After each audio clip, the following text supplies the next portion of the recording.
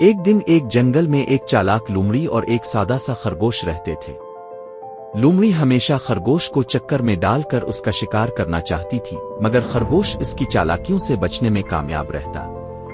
ایک دن لومڑی نے خرگوش سے کہا، یار آج میں نے ایک بہت خاص چیز دیکھی ہے، میرے ساتھ آؤ میں تمہیں دکھاتی ہوں۔ خرگوش نے چونکہ لومڑی کی بات پر بھروسہ کیا، اس نے اس کے ساتھ جانے کا فیصلہ کیا۔ لومڑی خرگوش کو ایک جگہ لے گئی جہاں اس نے پہلے سے ہی ایک گہرا گڑھا کھود رکھا تھا۔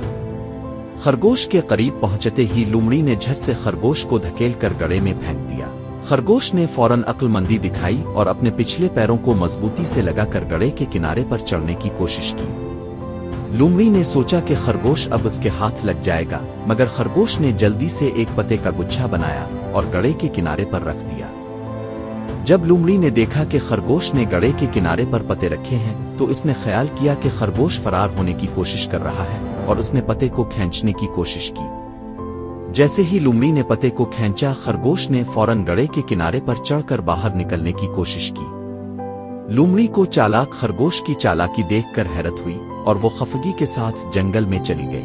خرگوش نے اپنی عقل مندی اور چالاکی سے ایک اور بار اپنی زندگی بچائی، اور اس دن کے بعد لومڑی نے کبھی بھی خرگوش کا پیچھا کرنا چھوڑ دیا۔